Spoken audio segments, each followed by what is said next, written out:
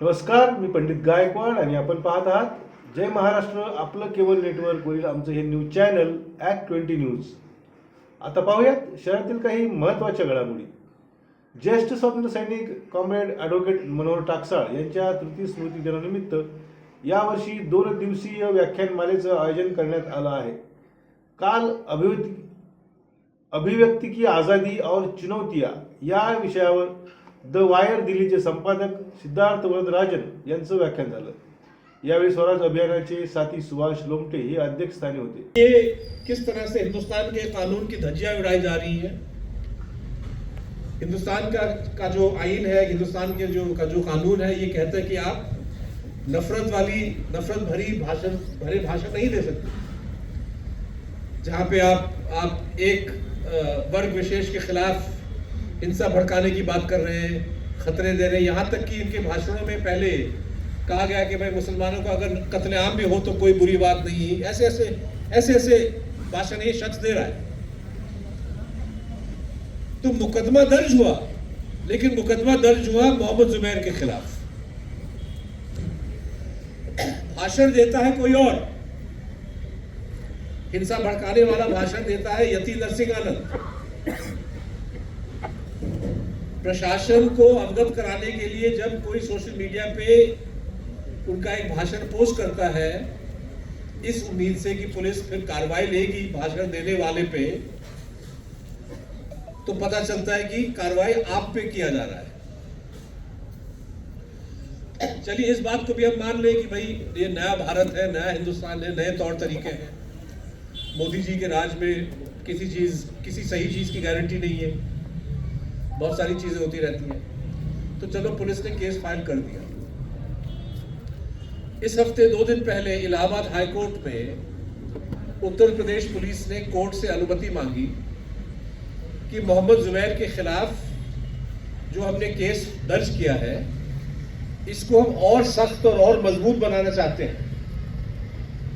और भारतीय न्याय संहिता जो आईपीसी का जो रिप्लेसमेंट है, उसमें सेक्शन 152 के तहत केस चार्जेस जो है मोहम्मद जुबैर पे पुलिस लादना चाहती है। 152 बीएनएस जो है ये आईपीसी राजद्रोह से मिलता जुलता प्रावधान है। यानी कि अब मोहम्मद जुबैर पे इल्जाम ये है कि आप हिंदुस्तान की सॉवरेंटी संप्रभुता पे आप हमला कर रहे हो। कैसे हमला कर रहे हैं? क्योंकि आपने एक ऐसे शख्स की तकरीर को पब्लिक के सामने पेश किया जो नफरत से भरा हुआ है। कार्रवाई उस नफरत फैलाने वाले बंदे पे नहीं की जा रही है, आप पे की जा रही है। आम नागरिक को, आम वोटर को अपने हकों के बारे में इन्फॉर्म करेगा, उनके बिहाफ पे जो सत्तारूढ़ लोग हैं उनसे सवाल पूछे, जवाबदेही क्योंकि डेमोक्रेसी का मतलब ये नहीं कि हर 5 साल में आपने जाके वोट डाल दिया और बात। नागरिक भी किसी चीज को फॉरवर्ड कर सकता है, शेयर कर सकता है। इससे भी जो है हुक्मरान अपने आप को मानता है कि ये खतरे में मुझे डाल सकता है, तो उस पर भी रोक लगाने की कोशिश की जा रही। तो ये 5 अलग अलग टारगेट हैं: मीडिया, सांस्कृतिक सेक्टर के जो काम करने वाले लोग हैं, विश्वविद्यालय, जो अपोजिशन के जो लीडर्स हैं, और आम जनता। और इन पे मैं थोड़ा 6-7 मिनट आपसे अलग अलग इन टारगेट्स के बारे में अपना जो है कुछ फैक्ट्स रखना चाहूंगा। दोस्तों, प्रेस फ्रीडम, आप सब अच्छी तरह देख रहे हैं कि किस तरह से पिछले 10 साल में जो थोड़ी बहुत विविधता आपको मिलती थी अखबारों में और टेलीविजन चॅनल्स में, वो लगभग खत्म हो गई है। विधानसभा निवडणुकीच्या मतदानात मोठ्या प्रमाणावर घोटाळा झाला असून मतदार आणि जनतेने यावर संशय व्यक्त केला असल्याचं मत ॲडव्होकेट विष्णू ढोबळे यांनी मांडलं. पुन्हा नव्याने मतपत्रिका अर्थात बॅलेट पेपरवर निवडणूक घेण्यात यावी अशी मागणीही त्यांनी केली आहे. निवडणुका पार पडलेल्या आहेत. महाराष्ट्रातील या विधानसभेच्या निवडणुकीमध्ये जो ईव्हीएमचा वापर झाला, या ईव्हीएमच्या वापराच्या संदर्भामध्ये महाराष्ट्रामध्ये निकालानंतर एक मोठं वादळ निर्माण झालेलं आहे आणि या निकालामुळे महाराष्ट्रातल्या ग्रामीण आणि शहरी दोन्ही पातळ्यांवर आलेले निकाल, मशीनद्वारे आलेले निकाल काही समाधानकारक नाहीत, अशी एक तीव्र प्रतिक्रिया महाराष्ट्रामध्ये उमटलेली आहे. हे एक सत्य आहे की आम्ही समाजवादी जनपरिषद महाराष्ट्राच्या वतीने या निवडणुकीच्या संदर्भामध्ये आम्ही कमिशनरकडे, इलेक्शन कमिशनर ऑफ इंडिया आणि स्टेट इलेक्शन कमिशनकडे सातत्याने ही भूमिका मांडत आलेलो आहोत की भारतातल्या निवडणुका EVMपेक्षा बॅलेट पेपरवर झाल्या पाहिजेत आणि बॅलेट पेपरवरच्या निवडणुकांमुळे जो लोकांना कॉन्फिडन्स येतो किंवा लोकांना त्याची एक समाधान मिळतं, त्या प्रकारचं समाधान काही या EVMमुळे मिळत नाही, हे एक वास्तव आहे. त्यामुळं महाराष्ट्रात जे निकाल आहे, महाराष्ट्रातली जी निवडणूक जाहीर झालेली आहे, या निवडणुकीमध्ये कुणाला किती मतदान मिळालं आणि कुणाचे किती उमेदवार निवडून आले, याहीपेक्षा ही निवड प्रक्रिया किंवा निवडणूक प्रक्रिया घटनात्मकदृष्ट्या प्रॉपर झाली की नाही, हे अत्यंत महत्त्वाचं आहे असं आम्हाला वाटतं. आणि म्हणून आत्ता जी निवडणुकीवरची प्रतिक्रिया आलेली आहे, हे लक्षात घेता आणि महाराष्ट्रातलं एक वास्तव लक्षात घेता या निवडणुकीचे निकाल आक्षेपार्ह वाटतात किंवा निसंदिग्ध वाटत नाहीत. तर त्यामुळे या भोवती जे एक संशयाचं वादळ किंवा वातावरण निर्माण झालेलं आहे, तर या वातावरणामध्ये निवडणुका पुन्हा निवडणूक आयोगाने घेतल्या पाहिजेत आणि या महाराष्ट्रामध्ये फेरनिवडणुका बॅलेट पेपरवर झाल्या पाहिजेत, अशी आमची या निमित्ताने एक भूमिका आहे.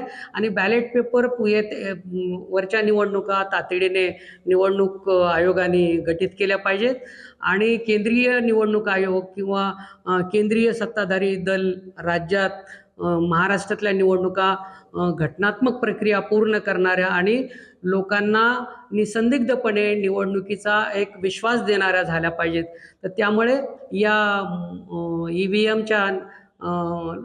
EVM तर पूर्ण भारतातल्या निवडणुकीमध्ये मधनं बाद झाली पाहिजे आणि यापुढील निवडणुकीची संबंध प्रक्रिया निवडणूक आयोगाने, चीफ इलेक्शन कमिशनर ऑफ इंडियाने आणि महाराष्ट्रातल्या इलेक्शन कमिशनरने या बॅलेट पेपरच्या आधारावरच केल्या पाहिजे, अशी आग्रही मागणी आहे. अन्यथा डेमोक्रेसीचा जो मूळ आधार आहे निवडणुका, त्या जर डिफेक्टिव्ह असतील, त्याच्यावर जर शंका येत असतील, तर मग संबंधित देशातली लोकशाही प्रक्रिया चालवणार कशी? त्यामुळे लोकशाही संस्थांच्या बाबतीमध्ये लोकांच्या मनामध्ये कुठला त्या संदेह असता कामा नये आणि त्यांनी राज्यघटनेच्या लेटर अँड स्पिरिटप्रमाणे आपले कर्तव्य बजावली पाहिजे. यासाठी ही घटनात्मक पदं निर्माण केलेली आहेत. कबीरनगर येथील धर्मोदय बुद्ध विहारात संविधान दिनाचा कार्यक्रम जल्लोषात साजरा करण्यात आला. सरनाम्याचे सामूहिक वाचनही करण्यात आलं.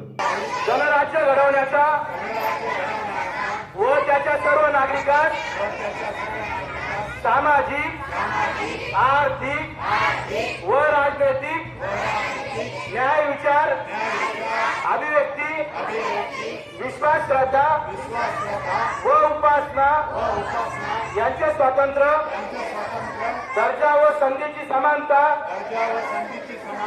निश्चितपणे प्राप्त करून देण्याचा आणि त्या सर्वांमध्ये व्यक्तीची प्रतिष्ठा. संविधान दिनानिमित्त सर्व भारतीयांना संविधान दिनाच्या शुभेच्छा देऊन वर्षभर संविधान दिनानिमित्त विविध कार्यक्रम राबविण्यात येणार असल्याचं समाज कल्याण अधिकारी प्रदीप भोसले यांनी सांगितलं. सन 2008 पासून आपल्या राज्य शासनाने संविधान दिन साजरा करण्याचा निर्णय घेतलेला आहे आणि त्या अनुषंगाने 2015 पासून केंद्र शासनाने देखील आजचा दिवस जो आहे 26 नोव्हेंबर हा देशभरामध्ये संविधान दिन म्हणून साजरा करण्याचा निर्णय घेतला आणि त्या अनुषंगाने संपूर्ण देशभर आज मोठ्या उत्साहामध्ये हा दिवस साजरा होत आहे. चालू वर्षी आपल्या राज्य शासनाने हा जो दिवस आहे, आजच्या ह्या वर्षाला 75 वर्ष पूर्ण होत आहेत. म्हणून अमृत महोत्सव म्हणून आता शासनाने याच्यामध्ये घर घर संविधान नावाचा एक उपक्रम सुरू केलेला आहे आणि पुढील वर्षभर म्हणजे आजपासून ते पुढील वर्षभर आपल्याला सर्व जिल्ह्यामध्ये, आपल्या सगळ्या संपूर्ण जिल्ह्यामध्ये विविध प्रकारचे उपक्रम घ्यायचे आहेत आणि उपक्रम घेण्यासाठी जिल्हाधिकारी महोदय यांच्या अध्यक्षतेखाली एक समिती स्थापन करण्यात आली आहे. त्यामध्ये मुख्य कार्यकारी अधिकारी आहेत, शिक्षण अधिकारी आहेत, महानगरपालिकेचे आयुक्त आहेत, अशी सगळी यंत्रणा या ठिकाणी आहे आणि त्यांच्या मार्गदर्शनाखाली आपण संपूर्ण वर्षभरामध्ये काय काय कार्यक्रम घ्यायचे आहेत याचं प्रॉपर नियोजन करून त्या महिन्यामध्ये असे आपण कार्यक्रम घेणार आहोत आणि आज याची सुरुवात आपण आज इथं झालेली आहे. छोटासा कार्यक्रम आपण घेतलेला आहे आणि वर्षभरामध्ये एक छानसे आपण एक नियोजन करून प्रत्येक महिन्यात असे एक नियोजन करून आपण एक कार्यक्रम घेणार आहोत. सर्व नागरिकांना साधारणतः काय काय कार्यक्रमाचं नियोजन आहे यामध्ये आता संविधानामध्ये ज्या गोष्टी आहेत त्याचा योग्य प्रचार प्रसार व्हावा यासाठी शाळा महाविद्यालयामध्ये विद्यार्थ्यांचे वर्कशॉप आपण घेणार आहे. ज्या ठिकाणी वाचनालय आहेत त्या ठिकाणी आपण संविधानाच्या प्रत्येकी 5-5 प्रती आपण त्या ठिकाणी वाटप करणार आहे. वक्तृत्व स्पर्धा आपण घेणार आहे. म्हणजे भाषणांच्या स्पर्धा आहेत, निबंध स्पर्धा वगैरे आहेत आणि मोठ्या प्रमाणामध्ये संविधानाचं एक जनजागर करण्यासाठी आपण एक सांस्कृतिक कार्यक्रम देखील या ठिकाणी आपण घेणार आहोत. 26 जानेवारीला देखील आमचं मोठ्या प्रमाणामध्ये असं नियोजन करण्याचं सध्या विचार चालू आहे. जिल्हाधिकारी महोदयांशी याबाबतीत सविस्तर चर्चा झाली की आपण एक वार्षिक कार्यक्रम तयार करून त्याचा आपण अंमलबजावणी करणार आहोत. सर, सर्व भारतीयांना आपण काय आव्हान करणार आणि काय शुभेच्छा देणार? संविधानामध्ये कसं आहे की प्रत्येक नागरिकानं संविधानाच्या प्रती आपली निष्ठा ठेवून संविधानामध्ये ज्या काही गोष्टी सांगितल्या त्याची अंमलबजावणी केली पाहिजे आणि संविधानाची जनजागृती जेवढी आपण जास्त करू तेवढं आपलं समाजामध्ये चांगले दिवस आपल्याला येतील अशी या ठिकाणी मी आशा व्यक्त करतो आणि आपल्याला सर्वांना शुभेच्छा देतो. धन्यवाद सर. थँक्यू. उत्तर प्रदेशातील संबळमध्ये झालेल्या हिंसाचाराच्या प्रकरणावरून अल्पसंख्याक मुस्लिम समाजाला टार्गेट करण्यात येत आहे असा आरोप समाजवादी पार्टी तसेच मुस्लिम नुमाइंदा कौन्सिल तर्फे करण्यात आला. निरपराध युवकांना तिथले सरकार तुरुंगात टाकत असल्याच्या विरोधात विभागीय आयुक्तांना निवेदन देऊन निषेध नोंदवण्यात आला आहे. 28 नवंबर को दोपहर में 3 बजे मुस्लिम नुमाइंदा कौंसिल और समाजवादी पार्टी इनकी तरफ से कमिश्नर साहब को मिलकर एक मेमोरेंडम तय किया गया था। संभल में जहां पर मस्जिद हादसा हुआ है वो हादसा बहुत ही मजम्मत करने वाला है, निंदनीय है।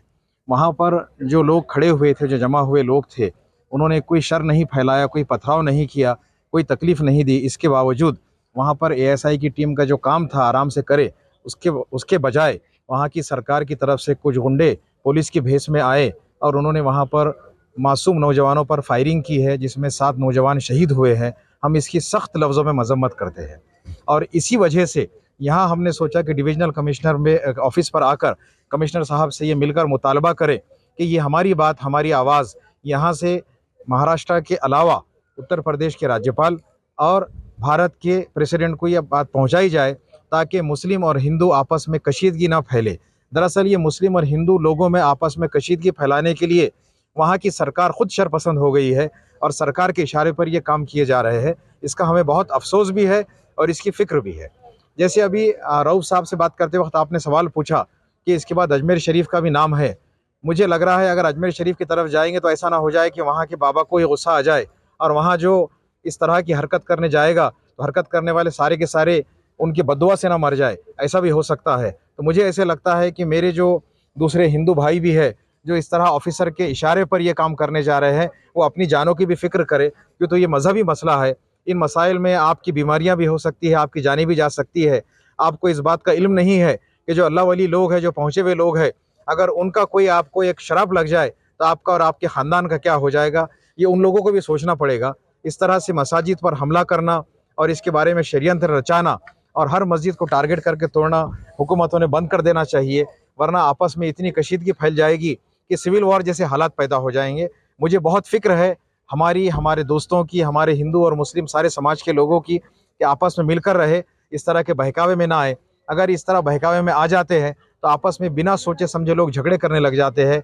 मेरा भी परिवार है, आपका भी परिवार है, जैसे अब हमारे रिपोर्टर भाई इसमें 4-5 हिंदू है, तो आप लोग भी समझ सकते हैं कि हर परिवार के लिए हर जान कीमती होती है। इस तरह के कामों में ना आए और सरकार इस बात का संज्ञान ले और इस तरह की हरकतों को दबाए ना के बढ़ावा दे। आपका नाम?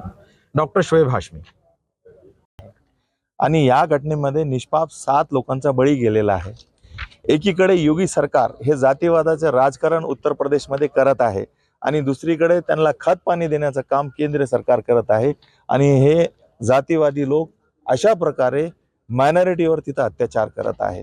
तर आमची डिमांड ही आहे की हे असले अत्याचार त्वरित थांबवण्यात यावे, नंबर 1। दुसरं, त्याची एकदम निष्पक्ष कमिटी बनवून चौकशी केली पाहिजे। तिसरी गोष्ट, जे निष्पाप बळी गेलेले आहेत त्यांना सरकारतर्फे मदत करण्यात यावी, त्यांच्या परिवारांना, त्यांच्या कुटुंबांना कमीत कमी 25 कितनी डिमांड की आपण 2 करोड रुपये देण्यात यावी अशी आम्ही आपल्या मार्फत सांगू इच्छितो। या निवेदनामध्ये आम्ही स्पष्ट केलेले आहे आमची भूमिका. हा देश जो चालत आहे भारतरत्न डॉक्टर बाबासाहेब आंबेडकर यांच्या घटनेनुसार चालत आहे आणि त्या घटनेला आम्ही सगळे लोक मानतो. परंतु जे काही उत्तर प्रदेशमध्ये राज्य चालू आहे योगीजींचं, मला असं नाही वाटत की ते घटनेचं कुठंतरी पालन करत असतील. ते नेहमी घटनेचं उल्लंघन करत आहे. तर आमची अशी विनंती आहे सरकारला, भारत सरकारला, हे थांबवावं. नाहीतर सरळ सरळ पूर्ण भारताच्या मुसलमानांना एकीकडे घेऊन गोळ्या चालवा आणि तुम्ही इथं मंदिर मस्जिदच करत राहा. देशाचा विकास बाजूला ठेवा, देशाचा डेव्हलपमेंट बाजूला ठेवा आणि हे हिंदी मुस्लिमच चालू ठेवा. साहेब, अयोध्या झालं, संबल झालं, आता अजमेरचा नंबर आहे, कसं बघता येईल? हा ना, मी तेच सांगायला लागलो. आता ते अजमेरवर पण हात टाकायला लागले. मला नाही वाटत की ते तिथं सक्सेस होणार, कारण की अजमेर शरीफची दर्गा हे पूर्ण दुनियामध्ये प्रसिद्ध आहे आणि तिथं हात टाकणे म्हणजे तिथं काही होऊ शकतं, मला असं वाटतं. आणि काय वाटतं, उत्तर प्रदेश सरकार जातीवादीपणाने वागतं? बिलकुल वागायला लागले. एक नाही, असंख्य आमच्याकडे अनुभव आहेत त्यांचे, असंख्य उदाहरणे आहेत. आपली मागणी? आमची मागणी हीच आहे की जे पोलीसवाल्यांनी गोळी चालवली त्यांच्यावर त्वरित कडक कारवाई करा. जे निर्दोष मारले गेले त्यांना सरकारतर्फे मदत करण्यात यावी. पण पोलीस प्रशासनाचा असा दावा आहे का जी जमलेली जमाव होतात त्यांनी पोलीसवाल्यांवर पथराव केला, पहिले दगड मारले, त्याच्या संरक्षणार्थ त्यांनी गोळीबार केला.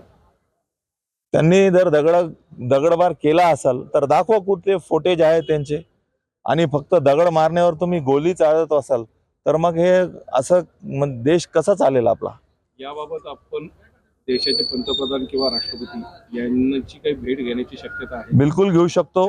आणि आमचे राष्ट्रीय अध्यक्ष माननीय अखिलेशजी यादव हे खूप प्रयत्नशील आहेत तिथे आणि ते लवकर भेटतील. समाजवादी पक्षाच्या डेलिगेशनला भेटायला जाऊ दिलं नाही, अडवण्यात आलं, काय करणार? तेच करायला लागले ना ते. हे जे जातीवादी लोक आहेत त्या चांगल्या लोकांना किंवा चांगले जे माध्यम आहेत त्यांना रोखण्याचं काम करत आहेत.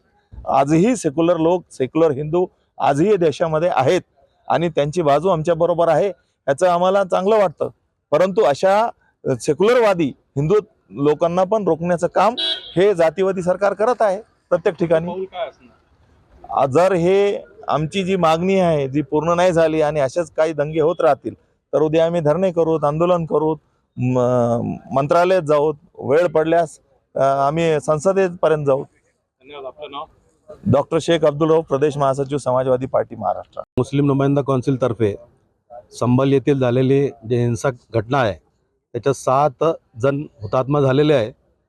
त्याबद्दल आम्ही प्रेसिडेंट ऑफ इंडिया आणि तिकडचे राज्यपाल UPचे त्यांना एक निवेदन विभागीय आयुक्त मार्फत सादर केलेलं आहे.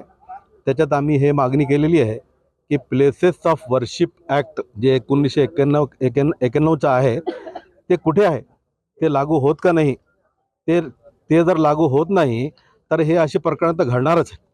आणि हे अशी आमची धारणा झालेली आहे की हे जे प्रकरण घडला ते हेतुपुरस्परपणे 2 समाजात तेढ निर्माण करून 2 समाजात हे करून पोलीस प्रशासनातर्फे पोलीस ॲक्शन झालेलं आहे. आणि पोलीसने आणि UP सरकारने हे हमखास मुसलमानांच्या दुश्मनीमध्ये मुसलमानांच्या हे केलेलं आहे त्यांनी मुसलमानांच्या बाबतीत. आणि आम्ही याबद्दल अशी मागणी केली विभागीय आयुक्तामार्फत की एकतर ह्याची चौकशी झाली पाहिजे आणि चौकशी निष्पक्ष व निष्पन्न झाली पाहिजे. ही चौकशी ते हायकोर्टच्या एखादी सिटिंग जजने करावी अशी एक मागणी केली आम्ही. दुसरी, हे जे हुतात्मा झालेले आहे त्यांना कमीत कमी 2 कोटी रुपये त्यांच्या घरातील एका माणसाला सरकारी नोकरी समावेश करण्यात यावा आणि त्यांना कमीत कमी 5 एकर शेती देण्यात यावी. आणि पुढे असे प्रकारे घडू नये म्हणून ते 1991चा जे ॲक्ट आहे ते सरकारने लागू करावा. त्याच्या सुमोटो ॲक्शन हे सरकारने घ्यावा आणि चीफ जस्टिसने सुप्रीम कोर्टने सुद्धा याची दखल घेण्यात यावी. सुप्रीम कोर्ट जर अशा प्रकारच्या प्रकरणाची दखल घेत नसेल तर बळकळ गेट येथील भारतरत्न डॉक्टर बाबासाहेब आंबेडकर यांच्या पुतळ्याच्या कामामध्ये हलगर्जीपणा करीत काम धीम्या गतीने चालू असल्यामुळे आंबेडकरी भीमनुयायांनी संताप व्यक्त केला आहे. काम दिलेल्या मुदतीत पूर्ण न झाल्यास पीडब्ल्यूडीच्या अधिकाऱ्यांच्या तोंडाला काळे फासणार असल्याचं पवन पवार या कार्यकर्त्यांनी म्हटलं आहे.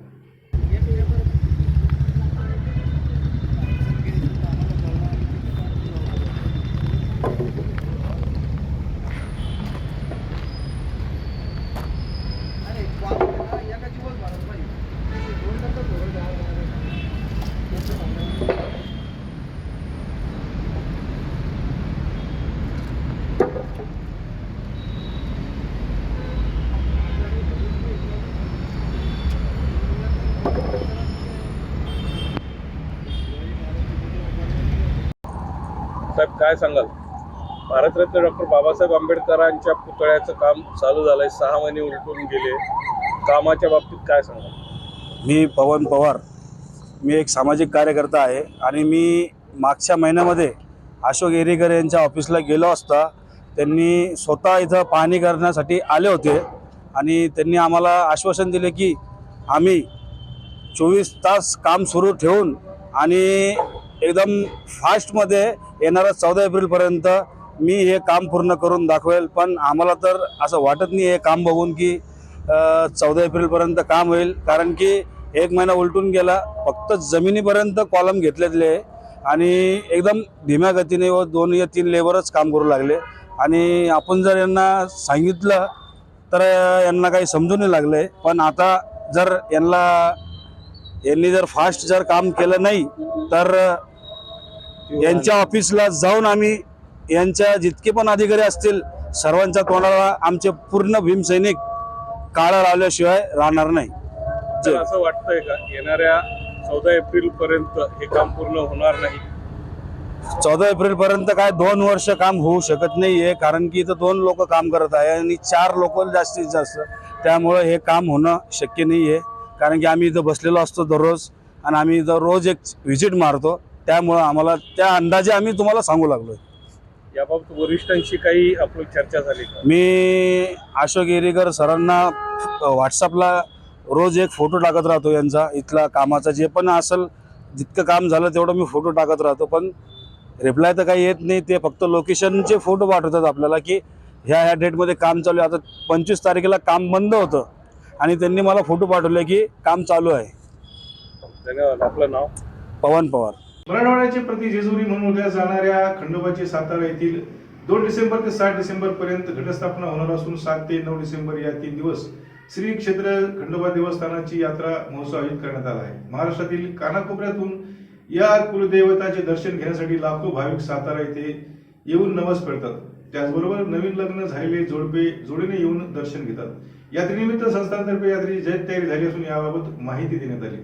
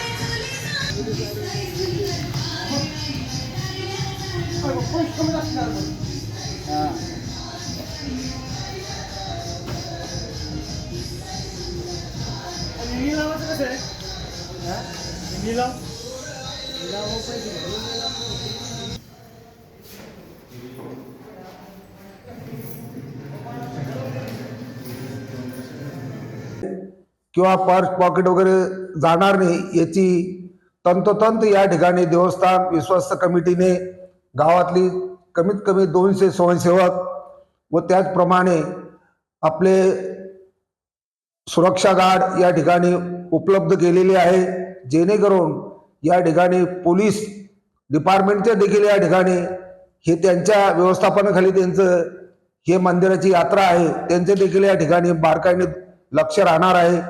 या ठिकाणी कोणताही अनुचित प्रकार घडू नये, कायदा आणि सुव्यवस्था अबाधित राखण्याकरता पोलीस डिपार्टमेंटचे या ठिकाणी आम्हाला सहकार्य मिळणार आहे. यात्रेमध्ये येणाऱ्या भाविकांना कुठेही त्रास होणार नाही. त्यांना पाण्याची व्यवस्था या ठिकाणी केलेली आहे. महिन्याला ज्या रांगेत आहेत त्या ठिकाणी देखील पाण्याची व्यवस्था करण्यात आलेली आहे. पुरुषांना देखील पाण्याची व्यवस्था करण्यात आलेली आहे. मंदिराच्या गाभाऱ्यातून दर्शन झाल्यानंतर आपले दक्षिणेकडून जो बाहेर छोटासा दरवाजा आहे त्यामधून निघण्याकरता अडचणी होतात, त्याही ठिकाणी आमचे विश्वस्त पोलीस आणि सुरक्षा गार्ड त्या ठिकाणी ठेवण्यात आलेले आहे. आणि दर्शन झाल्यानंतर बाहेरून इकडून जे जातात आपले दीपमाळीपासून बाहेर पडण्याचा मार्ग आहे, या ठिकाणी अतिशय चोख बंदोबस्त असा ठेवलेला आहे. त्याचप्रमाणे मंदिरावरती विद्युत रोषणाई अतिशय उत्कृष्टपणे या ठिकाणी ठेवलेली आहे. त्याचप्रमाणे मंदिरातर्फे आपले कॅमेरे 10 ते 15 कॅमेरे या ठिकाणी बसवण्यात आलेले आहे की जेणेकरून कुठेही यात्रेमध्ये अनुचित प्रकार घडू नये. त्या ठिकाणी आमचे सातत्याने बारकाईने देवस्थानचे या ठिकाणी लक्ष आहे. त्याचप्रमाणे आपले चंपाषष्ठी यात्रा दिनांक 7/12/2024 होत आहे आणि त्या निमित्ताने सकाळी 7 वाजेला मान्यवरांच्या हस्ते या ठिकाणी महाआरतीचा कार्यक्रम होणार आहे व तो महाआरतीचा कार्यक्रम झाल्यानंतर छोटी खाणी आपला देवस्थानतर्फे मान्यवरांच्या ठिकाणी सत्कार करण्यात येत आहे. त्याचप्रमाणे या यात्रेमध्ये कमीत कमी 200 ते 300 दुकानं, आपले हॉटेल्स, खेळणे पाळणे, राट पाळणे, ब्रेक डान्सर आणि साहित्याचे पूजेचे साहित्याची दुकाने, छोटे स्टॉल्स इत्यादी या ठिकाणी लावण्यात येणार आहे.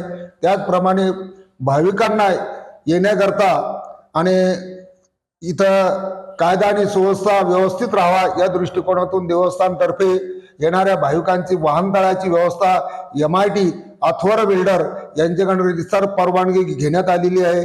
त्याचप्रमाणे महानगरपालिकेतर्फे देखील आम्ही त्याची रितसर परवानगी घेऊन त्यांनी आम्हाला वाहनतळास NOC दिलेली आहे.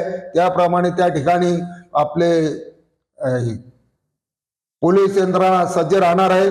कुठेही इथे मंदिरा आपल्या गर्दीमध्ये पालिकेतर्फे सिटी बसची काही व्यवस्था करण्यात आली, काही बोलणं झालंय का? महानगरपालिकेतर्फे सिटी बसची व्यवस्था करण्याकरता आपल्याकडे जागा अपुरी आहे आणि त्यांना कुठेही जागा नसल्यामुळे ते आम्ही तिथं मागणी केलेली नाही.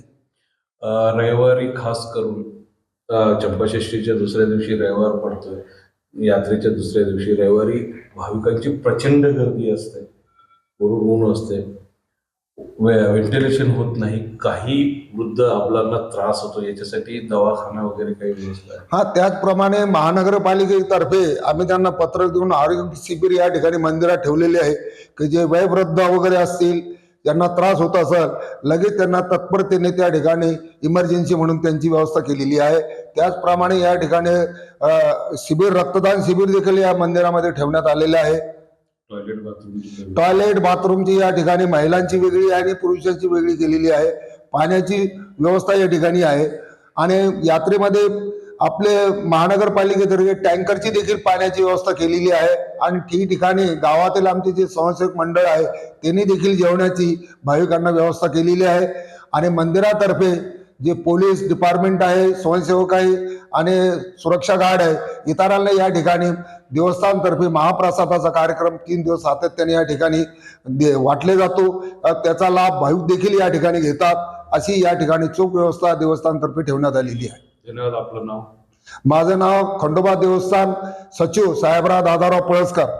सीमा विक्की इंगोले, वय 20 वर्ष, राहणार श्यामनगर, विरा देसाई रोड, अंधेरी, मुंबई. तसेच तिचं माहेर मठ कराळ, तालुका जिल्हा परभणी असून ही महिला 23 तारखेला नंदीग्राम एक्सप्रेसने जनरल कोचमध्ये बसून आपल्या पतीसोबत प्रवास करीत होती. प्रवासादरम्यान औरंगाबाद रेल्वे स्थानकावर उतरून ती हरवली आहे. Railway police station Chhatrapati Sambhajinagar येथे या संबंधाने हरवलेल्या व्यक्ती मिसिंग 6/2/2024 नोंद करण्यात आली असून तपास सुरू आहे. कुणाला काही माहिती आढळल्यास रेल्वे पोलिसांशी संपर्क साधावा असं आवाहन करण्यात आलं आहे. याबरोबरच आजचं हे बातमीपत्र इथे संपलं. पुन्हा भेटूया आमच्या पुढील बातम्यांच्या वेळी. तोपर्यंत पाहत राहा ॲक्ट 20 न्यूज. नमस्कार.